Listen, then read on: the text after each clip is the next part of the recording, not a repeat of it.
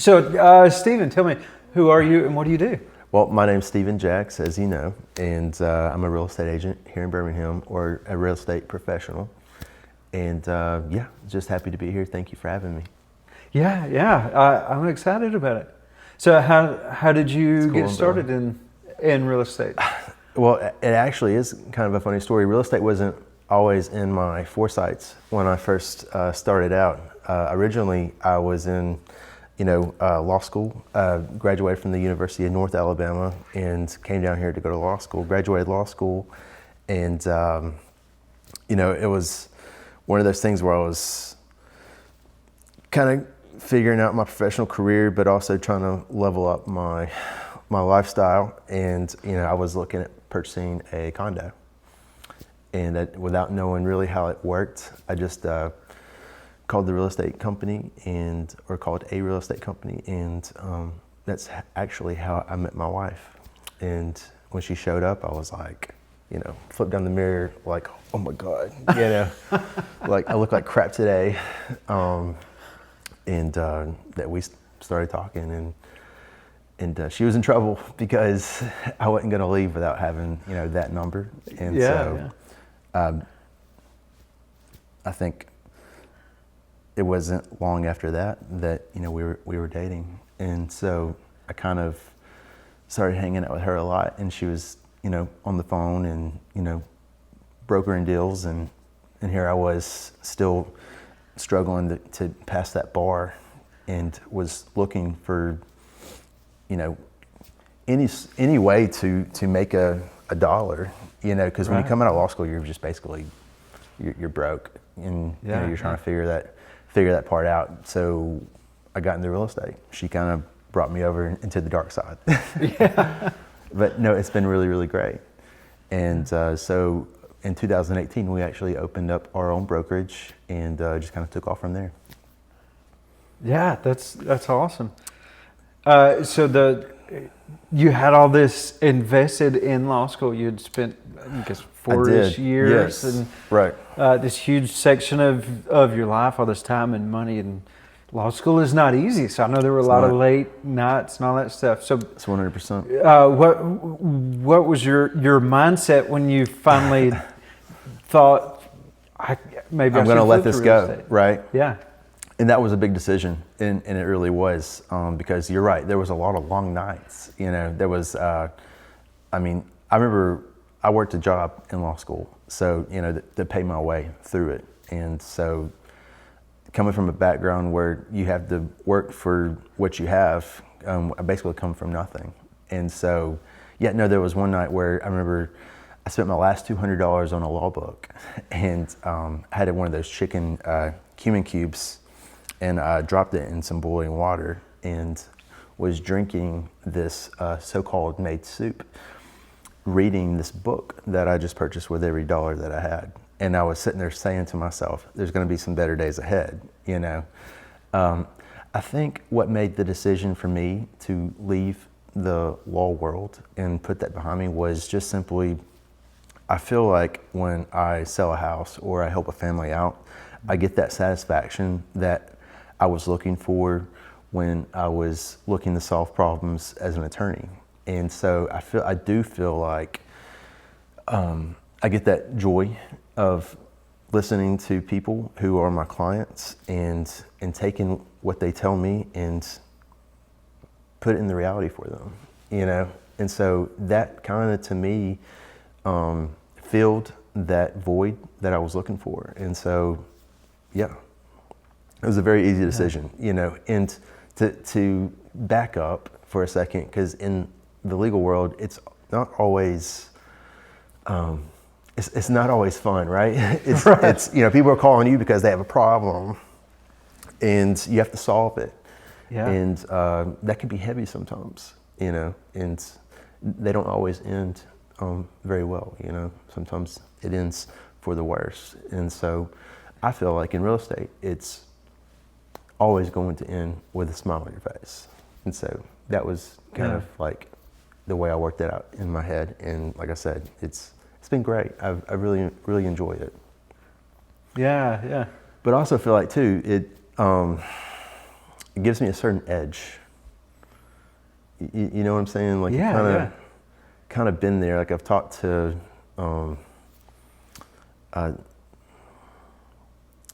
a lot of people, and in the legal world, and especially when you're talking about like a jury. Sometimes it does feel that way in real estate. yeah. That I feel like I'm talking to a jury sometimes. You know, so I don't know.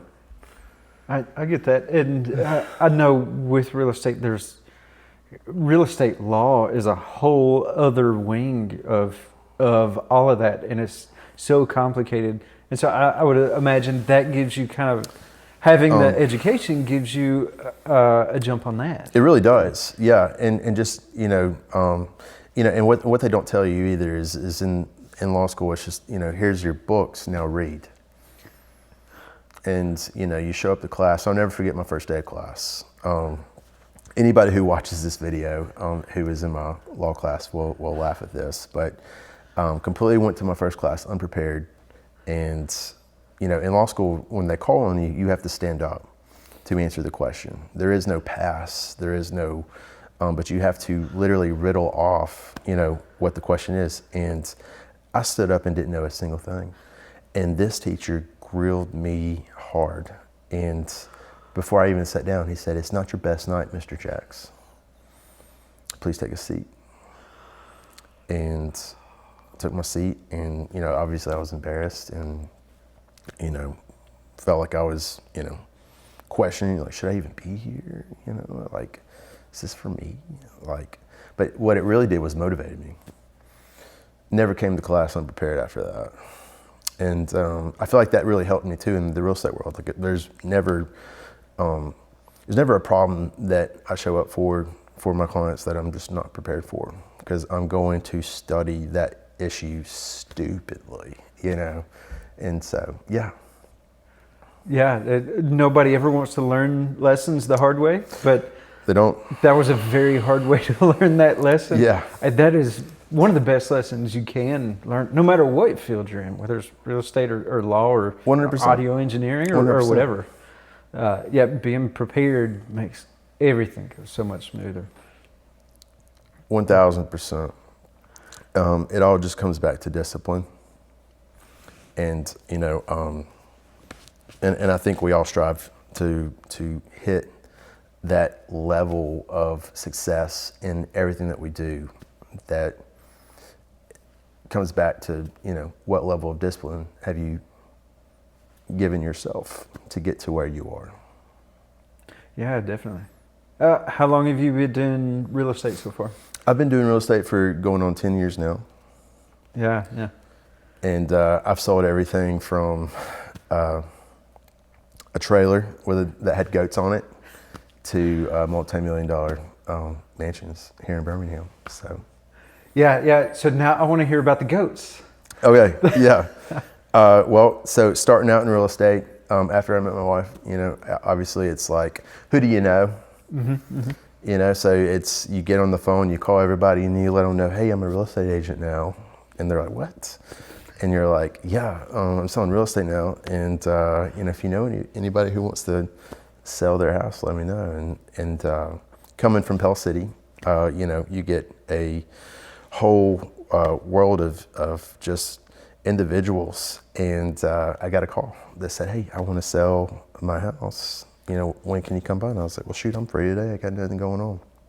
And when we get there, the driveway is straight up a hill, and I kid you not, it's like a trailer at the top of it.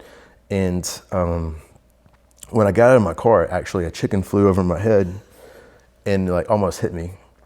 And I was like, holy crap, where am I? And so we go inside this trailer. They have a phenomenal view of Logan Martin. Like, it was just the craziest view, but they had this trailer. But below the backside was all these goats that lived on the property, that came with the property. These goats had nowhere to go. And I kind of took it upon myself to say, hey, I don't want to leave the goats homeless, and I don't want to leave you guys homeless. So I've got to find someone who's willing to accept this driveway, this house, and your goats. And I kid you not, in the listing pictures, I just went ahead and took a picture of the goats, and I put them on there and sold this trailer. The funny thing about that is everybody in the trailer park saw that I sold this trailer, and I was becoming like, Tiger King of this place. And was basically like brokering all these trailers that these people were calling me. They're, hey, I got a trailer too. What do you think you can sell it for? I'm like, well, shoot, man. At one point in time, I was thinking about calling myself the $100,000 man, because I could get you a trailer and some animals for like $100,000 and set you up. So luckily, Well, there's always a chance you can still go back. There is that. You can always go back, but you never forget about where you came from. Yeah. So now I know for a fact that, like, my wife and I, we're pretty set where we're at, and don't have any plans on moving anytime soon. But if a property showed up with goats, my wife would be willing to move. You have to. I mean, She's giving me a thumbs up from behind the camera. Right. Yeah. I mean, and it really just depends on who's selling that goat. Right. Exactly. So let's talk about the other end. What's one of the biggest, most surprising things that you've been a part of? We've had listings all the way up to $11.7 million. We've sold $5 million houses, $4.5 million houses, $2.5 million houses, 3.4, pretty much everything in between. And the other side's, it's really awesome, and I enjoy selling luxury houses. I mean, and who wouldn't? But people think that, I want to do luxury real estate, but don't really know what is all involved with selling luxury real estate, because you could be sitting on this house for a year, 2 years, marketing this house, spending your money and your time to make that sell, and to know that clientele takes practice, and it takes, perfecting your craft to be able to speak that language, and to be able to answer and solve difficult questions and situations you may find yourself in real estate. I would imagine the people you're selling and buying with at that level are very different, and the stakes are a lot different. Of course, and that gets into different personality types. Are you a D, a high D? They just want to know numbers. They want to see the figures, and they don't really want to chat about, how your cat or how your dog's doing. They don't care, And then you may have an I who, really is talkative and wants to be the life of the party. So, yeah, just being able to identify who you're talking to, what you're dealing with, and be able to listen. And I think that's the key, is just listen to what they're saying, and what they're looking for, and provide. How often do the luxury properties include goats? Not too often. Not too often. Okay. Not too often. Haven't came across any goats in multi-million-dollar houses, but you encounter other things. Yeah. So what are some fun stories from you? Because I would assume with $11 million properties, you have some unique things on the property. Yes. You come in contact with doctors who have X-ray, MRI machines, in their basement. I've had an MRI done in a basement before. I've had a tattoo done in the basement. Okay, so very cool. Same type of thing. Yeah. Some really cool stuff like that, and you're like, oh, that's a neat piece of art, where did that come from? And they're like, oh, well, that's Andy Warhol, and you'll look at it and you're like, huh, and it's just like a picture of like a banana, right? And it's like, well, that costs like $50,000 to $100,000, and it's like this big. Right. Yeah, and I'm sure there are stories behind every little piece like that. 100%. You know, and it's all about meeting people too. I think if you're out in the world and you want to be in the real estate and, you know, and this is something that you've thought about and you want to get into this career, but you're not really a people person, it's probably not for you. You are on the phone talking to people 24/7, so you better get your butt in gear and be able to relate and have a conversation. And not everything's about real estate, you know. So, you know, it's not every conversation that has to do with the house, because that would be so boring. Nobody just wants to hear me talk about houses all the time. You know, they want to get to know you, and you better have a cool story to tell. You better have something to bring to the table. Yeah, definitely. So what's coming on up next? It feels like you're at a huge kind of a peak in your career. You know, some days I think I'm at the peak, and then some days I don't know. You know, and I think that's just the roller coaster of real estate. When you get to a successful place, is just it is up and it's down, just like the market.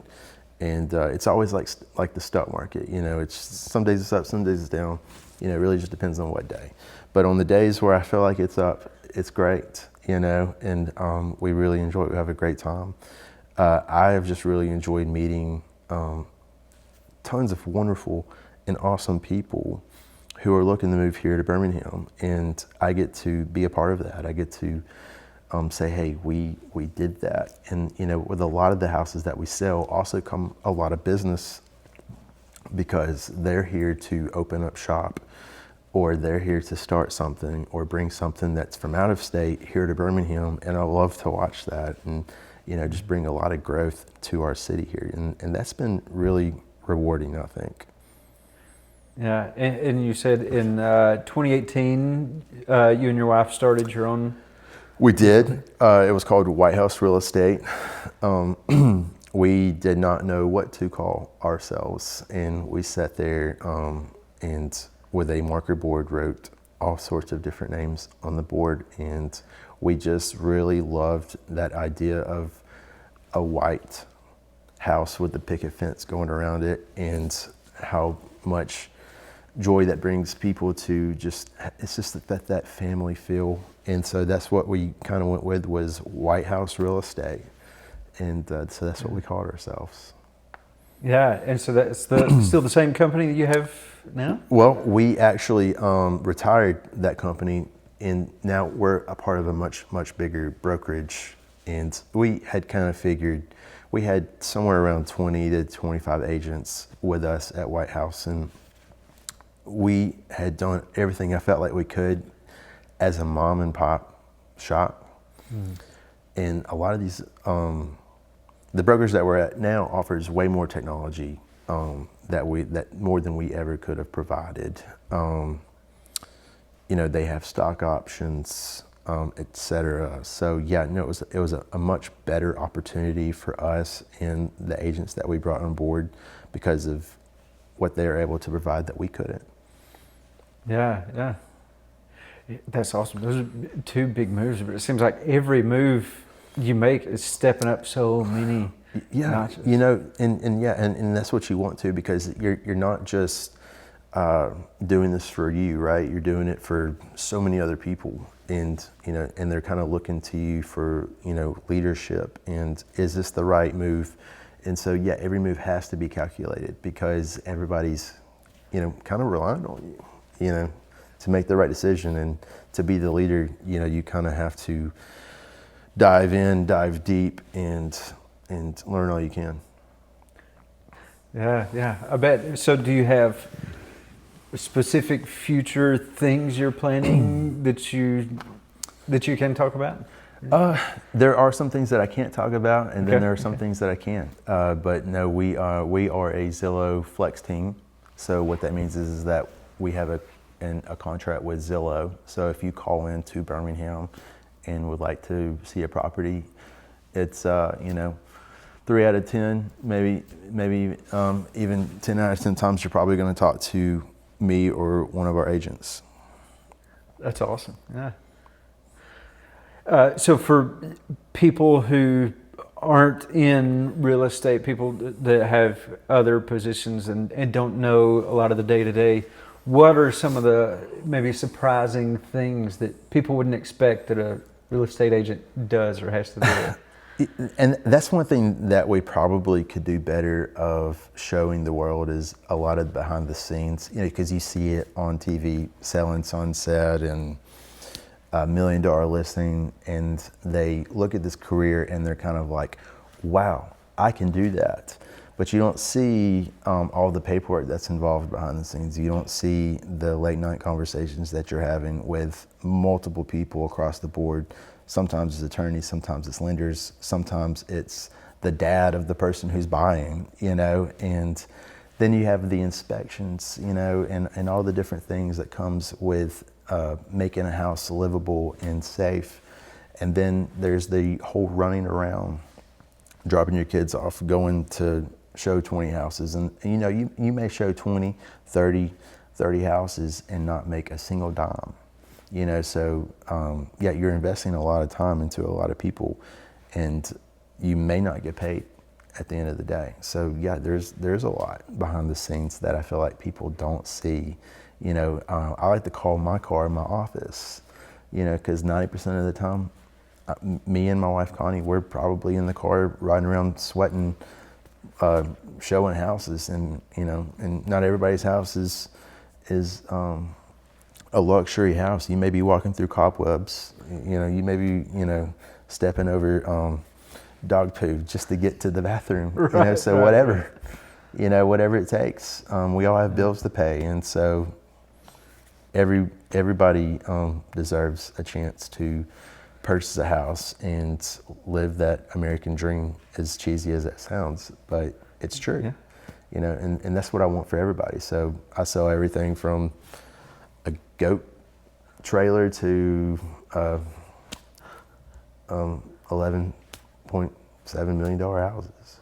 I know you were part of selling a unique piece of property to a unique buyer. Do you want to tell us about this? Yeah, 100%. We did have a strange listing come up available, Fort McClellan, and at first when this property came up in conversation and it came across my desk, I said, what in the world? Who actually owns a retired Army base? And we went and checked it out, and it was real. And I said, what the heck? We'll throw it out there. Somebody out there is looking for an Army base. I don't know who, but somebody is. Somebody's always looking for something, and it's something as unique as that. I said, it would be definitely something that we could take on, and we did. And we showed a whirlwind of individuals that property. People came from all over, out of state, very interested in purchasing this Army base, but we wound up selling it to Cat Williams. Yeah, the comedian Cat Williams. Yeah, right, of all people. And I used to watch him too when I was growing up, and just would crack me up.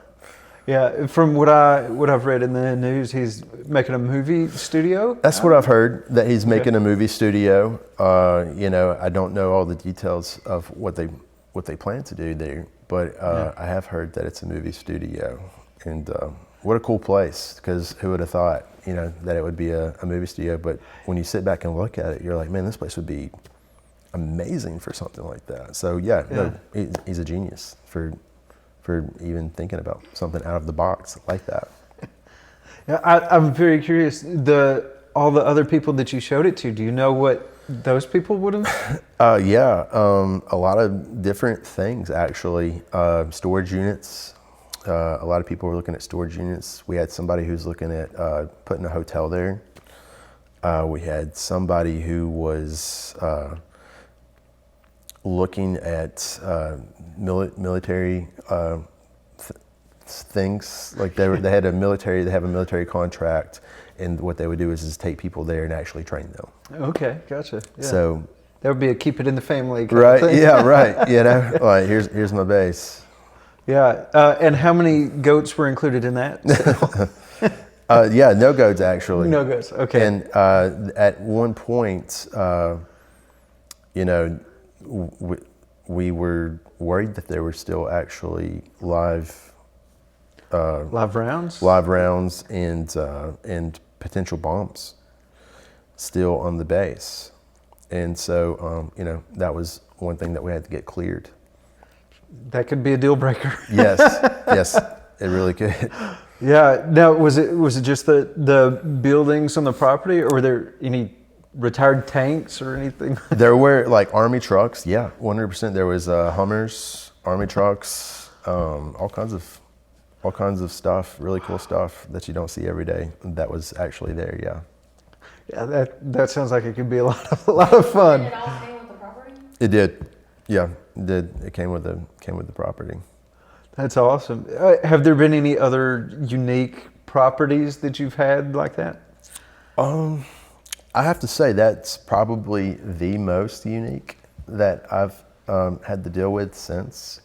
But we do have some really interesting things that I actually can't really bring up right now. Okay. But so yeah, no, and I would love, and inside I really want to share it, but I just can't.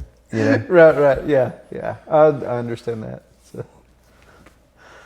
Yeah. Also, so as far as people that may have run across this that are thinking about getting into real estate or already are real estate agents and want to step up and do luxury properties or anything like that. Yeah, no, I'm happy to help anybody who would you know, that's interested in doing real estate. I would love to talk to them.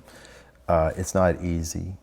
You know, it is a numbers game when you start out. It's like, how many phone calls do you have to make to achieve one potential client? You know, and then that one potential client, again, you could show them 1 million houses and still, you know, and they still never would buy anything. So, you know, all the gears have to get there, and everybody has to be on board to make something like that happen. And again, everybody watches the TV and thinks, boy, I can do that. And it's not the same. It's just really not.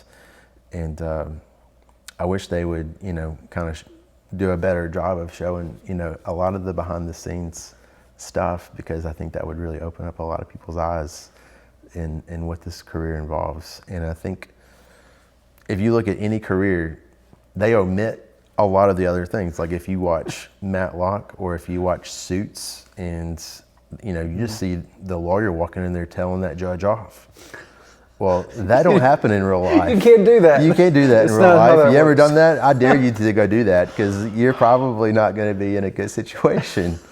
Right. And right. so, yeah, and I think, you know, that's Hollywood. They definitely make it a glamorous situation where you're just walking in and you're like, oh, check this out. This is a $22 million property here in Beverly Hills.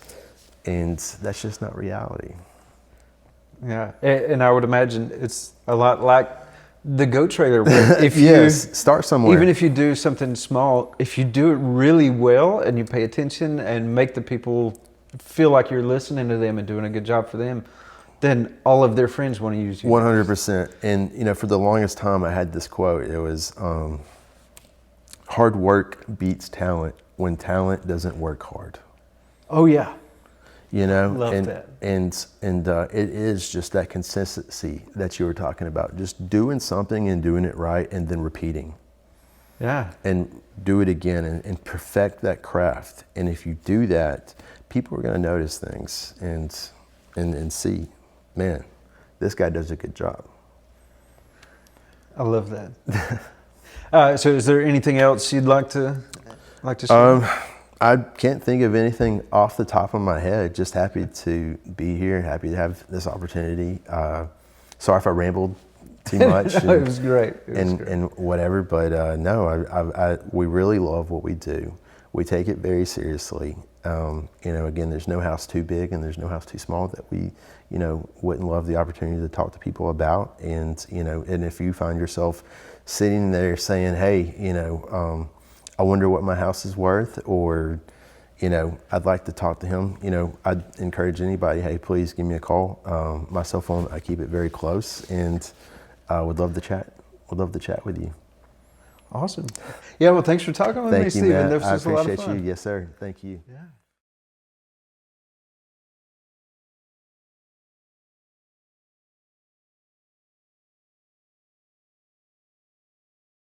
I have a couple questions. Okay. Okay, so this is just my own curiosities and gentlemen. So I am a huge sports fan, love watching, sports podcasts 24/7. They always ask, like say you're talking about the NFL, what was your welcome to the NFL moment is what they always ask.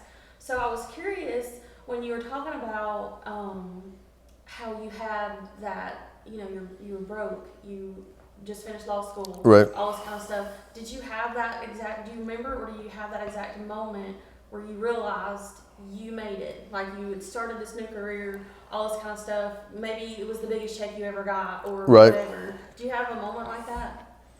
I have to say,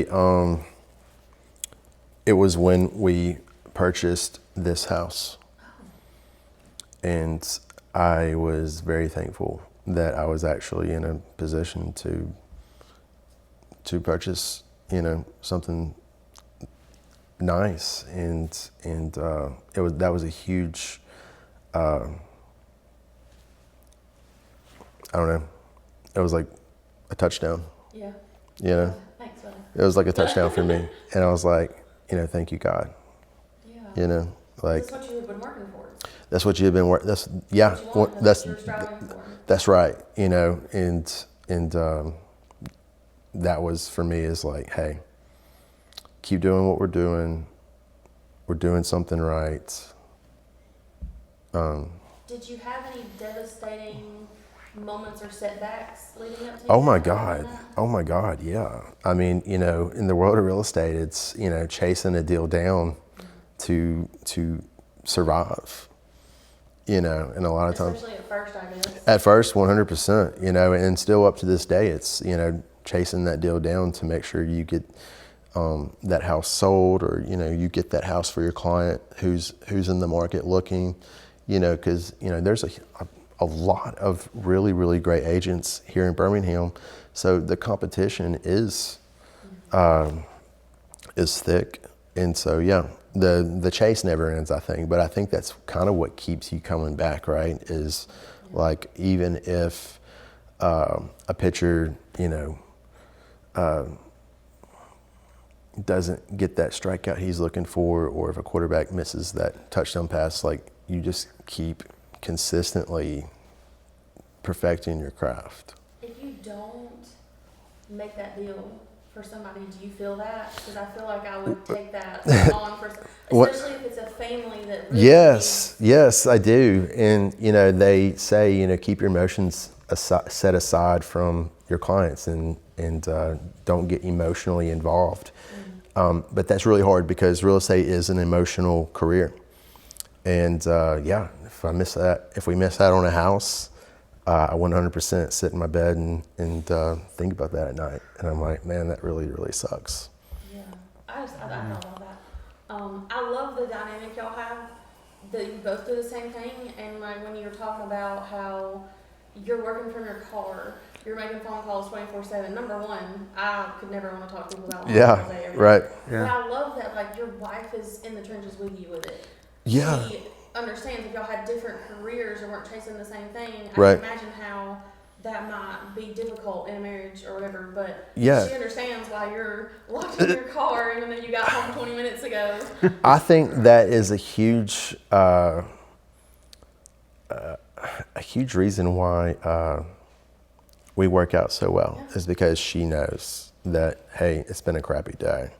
She's not going to be, on my butt about something. And likewise for me, it's like, I know, hey, your day's been crappy, and we've kind of went through it together. So it is good to have that, and it is rare that we get to work together, and I feel like we wouldn't have it any other way. You know, it is so cool to, you know, if we go show 20 houses together and, you know, none of those work out, we get to go eat Mexican right after, There you go. and you know.